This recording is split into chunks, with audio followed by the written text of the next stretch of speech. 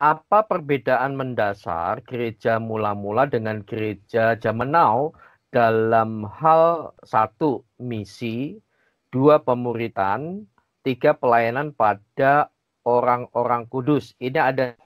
Nah, ini yang sedang kita masuk nih, bedanya. Ini lagi kita bahas nih, lihat ya. Lihat misinya Paulus.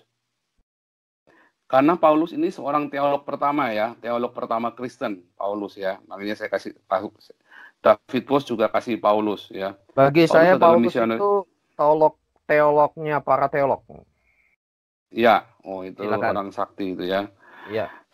Paulus misionaris pertama dan teolog pertama Kristen. Strategi misi Paulus jelas, motivasinya jelas, misi kemenangan Allah yang apokaliptik ya. Gereja adalah komunitas eskatologi. Itu jelas. Kalau sekarang gereja adalah komunitas dagang, ya kan? Hitung perpuluhan. Kalau zaman dulu komunitas eskatologi itu para usia bahwa kita menantikan sesuatu yang mulia dalam eskatologi itu. Kita menantikan parousia, sesuatu yang utopia, sesuatu yang mulia ya. Nah, paradigma misi Paulus kan simpel. Gereja itu kelompok baru berdasarkan kasih Kristus. Kalau sekarang gereja adalah kita melihat lahan, ya kan? Suatu ketika ada pendeta, kenalan saya, kita bikin ladang misi di desa. Wah, rugi dong kita. Hah, ya rugilah. Mau misi, gimana mau untung? Ya kan? Kita mau pergi misi, ya pasti rugi lah. Duitnya banyak lah. Nah, Dan memang fakta masalahnya Pastor Paul tahun lalu di Manado saja ada surat turun dari Jakarta, sebuah organisasi di mana gereja-gereja cabangnya dia yang minimal tidak impas atau cash flow-nya kalau ditutup. Fakta itu. Kayak cabang BCA, Ya, cabangnya bank aja yang nggak profit silakan. ditutup toh. Jadi 3 pertanyaan, apa beda misi, pemuritan, dan pelayanan pada orang kudus? Inilah misinya sekarang dengan misinya zaman dulu beda. Makanya ini kita masuk dalam paradigma misi melenceng jauh sekali hari ini. Ya, tujuan misi kenapa saya keluar dari organisasi sinode saya yang lama? Karena waktu saya cerita tentang misi, Ibu Gembala tetap ngomong, Ibu Gembala senior ya, karena saya kan juga gembala kan di dalam board di dalam board director saya. Jadi Ibu Gembala bilang, saya nggak ngerti jalan pikiran orang-orang misi deh. Dia bilang, saya juga nggak ngerti dengan jalan pikiran orang-orang gereja sekarang. Saya bilang begitu. Nah itulah, ini lihat ya. Terjadi perbedaan dari mandatnya Adam, ya. Sekarang gereja-gereja di Eropa sedang balik ke mandatnya Adam. Menciptakan manusia ya untuk dominate, untuk rules, memanage bumi. Makanya gereja-gereja Protestan khotbahnya tentang environment sekarang di Eropa ya. Kalau saudara di Indonesia khotbahnya semua selalu berkat, perdamaian, sedikit politik. Kalau di Eropa khotbahnya environment terus, ceritanya selalu CO2 meningkat, rumah kaca, karena kita melakukan amanat kepada Adam yang dari awal, rules, jaga. Jadi khotbah-khotbahnya semua di sini selalu ekosistem, ekologi, mandat Adam, ya kan. Nah, kemudian dalam misi PL tadi sudah lihat jelas kan misinya adalah kepada orang Israel. Kemudian misi Yesus jelas, misi para rasul tadi kita baru bahas. Nah sekarang misi Bapak Gereja, kita masuk, lihat ada perubahan dari Bapak Gereja. Terus misi prode Bapak Gereja itu zaman susah, zaman aniaya ya. Orang mengaku Yesus Tuhan, itu bisa disembelih, itu bisa dijadikan opor itu di pinggir jalan. Jadi bakar di pinggir jalan dijadikan opor. Sekarang aku Yesus Tuhan, hari ini saya kemarin ada satu yang saya baptis, wah dia nangis-nangis waktu dibaptis. Saya senang, wah ini saya bimbing, saya titipkan teman saya. Kemudian setelah saya titipkan, terakhir dibilang, wah saya percaya dengan kekuatan alam semesta. Jadi kayak ini dong, may the force be with you. Saya bilang begitu. Nah, terus terus mereka ada pergeseran di zaman terutama ketika periode ini kebalik ya, sebelum Katolik Roma ini sebelumnya ada Helenis ya.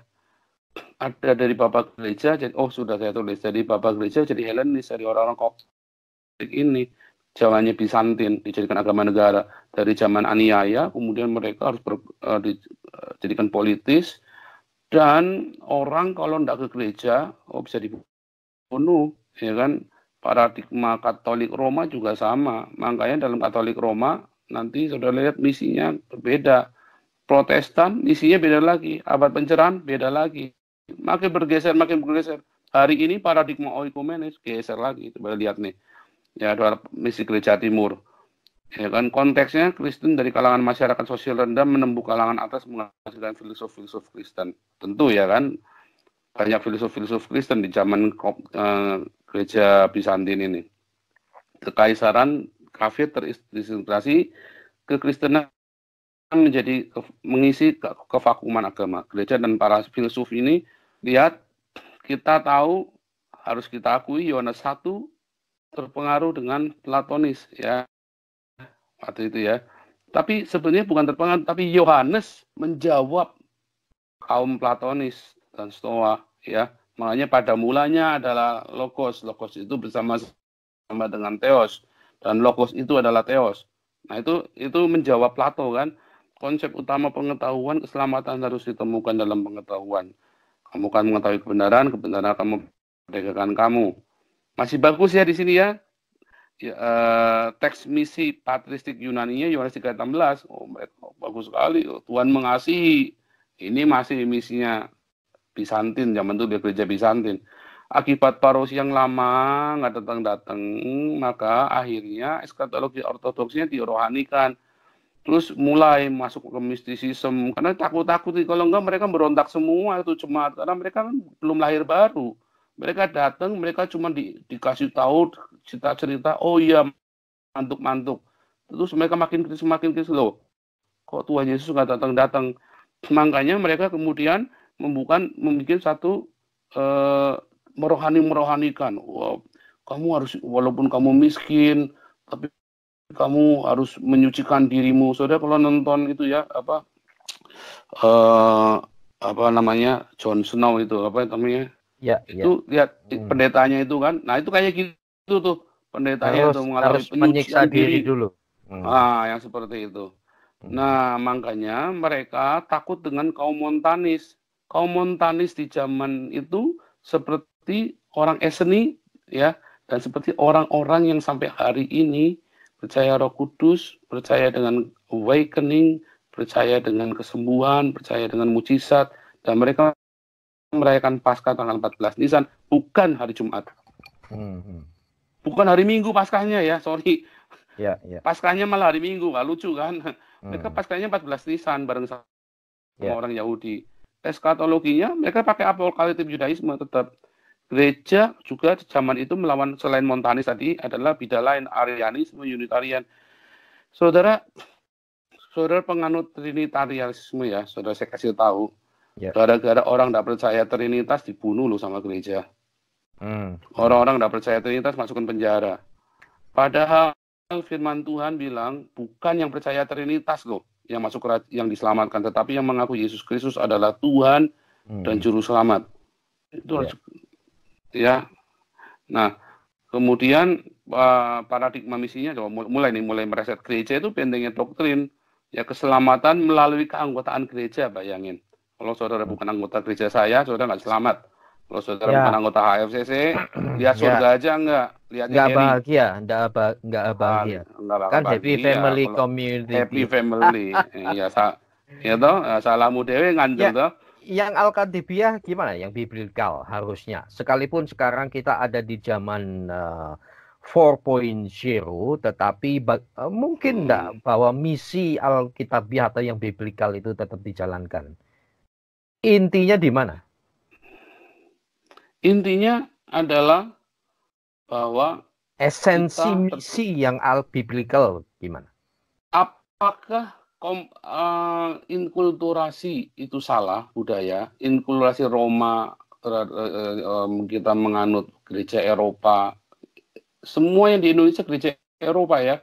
Waktu kekristenan pergi datang ke Cina, mereka dan orang Cina dipersekusi. Terus fotonya Yesus harus dicopot. Mereka nangis-nangis kan orang Kristen di Cina. Wah, kita dia nanya nggak boleh pasang foto Yesus. Pertanyaan saya, apa itu fotonya Yesus?